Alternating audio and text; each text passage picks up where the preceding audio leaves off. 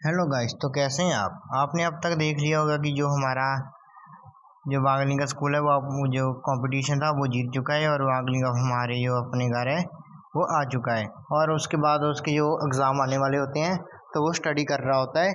तभी उसके घर के सामने एक गाड़ी आती है और उसमें से एक लड़की निकलती है। और वो लगता है कि बहुत ही ज़्यादा अमीर परिवार की होती है वो। और वो कहती है कि जो मेरा फ्यूचर है, फ्यूचर में होने वाला जो मेरी सिस्टर का हस्बैंड है वो इस जैसी जगह में कैसे रहता है।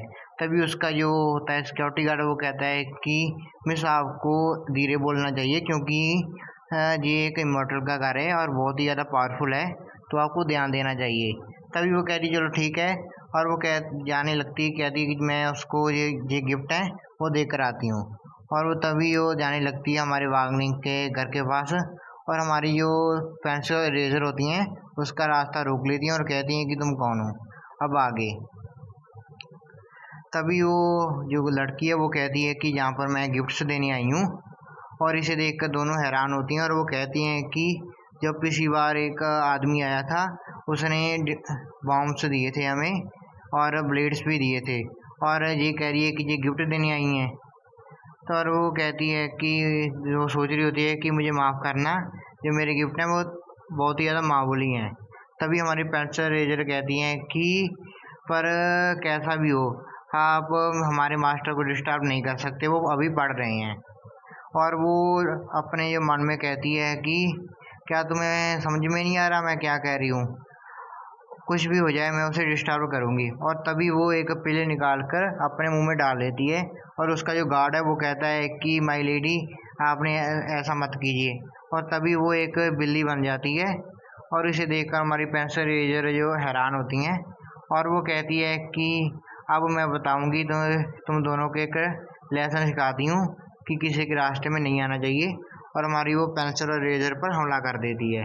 और जो हमारी पेंसिल रेजर है वो बहुत ही ज़्यादा आसानी से इसके जो अटैक है उसे डॉज कर लेती हैं, और कहती हैं कि तुम तो हमें एक खरगोश भी नहीं पहुंचा पाई। और तभी वो उसकी लड़की को पकड़ लेती हैं, और जो वो लड़की कहती है कि मुझे जाने दो, तुम क्या करना चाहती हो। और वो उठाकर उस लड़की को उसके जो बॉडीगार्ड है वहाँ पर फेंक देती है, और कहती हैं कि इसे वापस ले लो। तो जो उसका वो गार्ड है वो कहता है कि माय लेडी अपने आप को शर्मिंदा करना बंद कीजिए और हम मेरे साथ घर चलिए। और तभी वो लड़की है वो कहती है कि ऐसा नहीं हो सकता, मैं इन दोनों को हराने के बाद ही चलूँगी। और वो उसका गार्ड कहता है कि भूल जाइए माय लेडी और घर चलिए, और अपनी वो गाड़ी को भगाकर ले जाता है। और तभी हमारी जो वागलिंग है उसके जो दरवाजे पर नॉक नॉक होती है, और वो उसके जो फादर होते हैं वो कहते हैं कि वागलिंग जल्दी यहाँ पर आओ। ये उसकी जो स्वाड है वागलिंग की वो कहते हैं कि मास्टर आपके डैड आपको बुला रहे हैं। और तभी उसके डैड उसे शो करते हैं, वो कहते हैं कि किसी high school deputy general administrator की जो आईडी है उससे मेरी जो पहली बुक का चैप्टर था उसमें उसमें 100 मिलियन कल्टीवेशन रीडिंग पॉइंट्स आ गई हैं। और वो कहते हैं कि जो 100 मिलियन होते हैं वो छोटी बात नहीं होती। तो वो कहता है कि मैंने इस पर्सन को पहले मेरे ग्रुप में कभी भी नहीं देखा था, तो मुझे लगता है कि इसे चेक करना चाहिए। और उसको वागलिंग ध्यान नहीं दे रहा होता और कहता है ठीक है। और वो कहता है कि जो उसके डैड हैं कहते हैं कि जो तुम्हारी एबिलिटी है वो बहुत ही ज़्यादा स्ट्रांग है, और जो तुम्हारी मॉम है वो और मैं ये चाहते हैं कि तुम हमेशा सेफ रहो। और वो कहता है कि अपने कज़न को जो वागमिंग है उसको इन्फॉर्म करो और इसके बारे में पता लगाओ, और अगर तुमने इसके बारे में सीरियसली नहीं लिया इस मामले को तो जो जो तुम्हारे क्रिस्पी नूडल्स हैं वो आज से बंद हो जाएंगे। और इसे सुनकर तो हमारे वागलिंग की जो आँखें हैं वो रेड हो जाती हैं। उसके बाद गए हमें सीन दिखाया जाता है हमारे स्टाफ अपार्टमेंट का। और तभी हमारे जो चीफ हैं वो कह रहे होते हैं कि आज जो मेरा मूड है वो बहुत ही ज़्यादा अच्छा है क्योंकि मेरे पास गार्डियन है।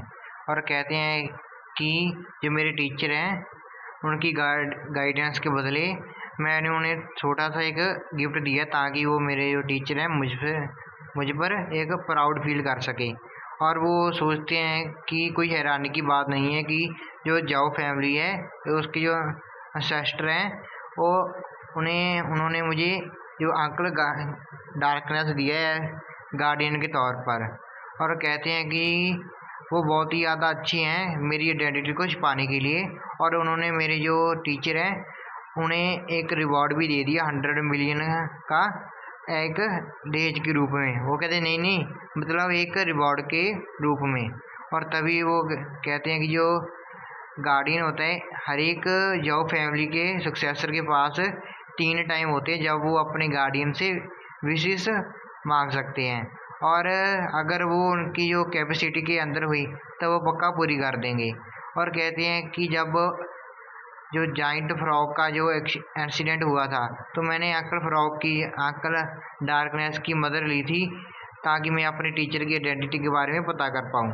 और वो कहते हैं कि दूसरी बार मैंने अंकल डार्कनेस की मदद ली ताकि जो मेरा टीचर है उसकी जो फैमिली बैकग्राउंड की जानकारी ले पाऊँ। और तभी हमारे जो चीफ का जो फ़ोन है वो रिंग करता है और हमारे अंकल डार्कनेस का फ़ोन आ जाता है। और वो हमारे जो चीफ हैं वो कहते हैं कि हेलो अंकल डार्कनेस। तभी हमारे अंकल डार्कनेस कहते हैं कि हो जी, मुझे यकीन नहीं आ रहा कि जो तुमने जो पूरे आप तुम्हारे जो 2 चांस थे तुमने उस एक आदमी को इन्वेस्टिगेशन करने के लिए इस्तेमाल कर दिए। क्या वो तुम्हारा लवर है? और ऐसा जब वो कहती हैं तो हमारा जो चीफ है उसे खांसी आ जाती है और कहते हैं कि अंकल डार्कनेस ऐसा बिल्कुल भी नहीं है, आपको कोई गलतफहमी हो गई है। मैं एक स्ट्रेट गाय हूँ। वो कहता है मेरा मतलब है मैं एक स्ट्रेट गाय हूँ। और हमारे यहाँ का डार्कनेस कहते हैं तो तुम फिर ब्लश क्यों कर रहे हो?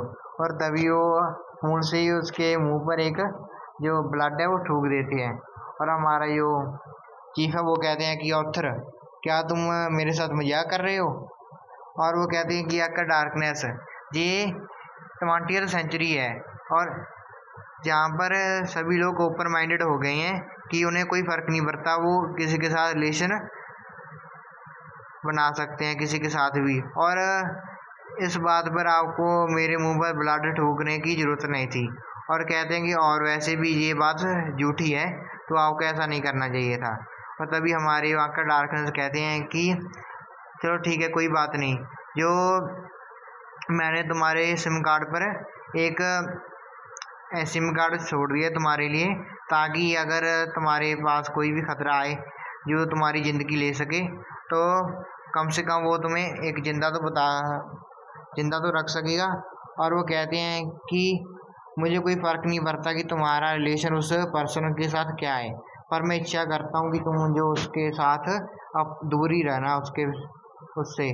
और कहते हैं कि अदरवाइज जो तुम्हारी जो थर्ड इच्छा होगी वो तुम्हारी बॉडी को बरी करने की होगी। क्या तुम समझ गए? और जो हमारे चीफ है वो कहते हैं कि अंकल डार्कनेस आप चिल्ला क्यों रहे हैं? वो कहता है कि मैं चिल्ला नहीं रहा बेवकूफ़, क्या तुम्हें याद है मैंने क्या कहा था? और हमारे चीफ कहते हैं कि हाँ हाँ मुझे पता है अंकल डार्कनेस हमेशा सही होता है, तो मैंने आपके जो वार्ड हैं उसे याद रखूँगा। और तभी हमारे जो चीफ है वो मन में सोच रहे होते हैं कि मैंने जो अपनी चांस हैं उन्हें बिल्कुल भी वेस्ट नहीं किया।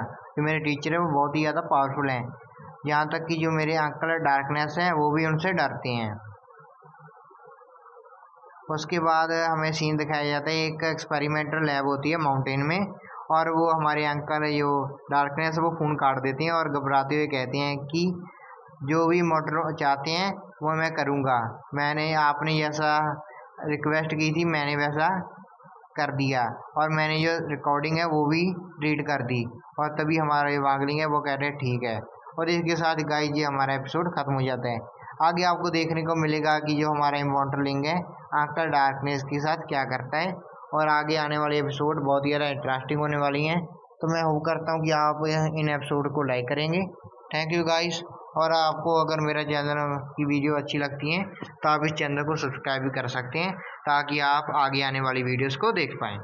अलविदा गाइस।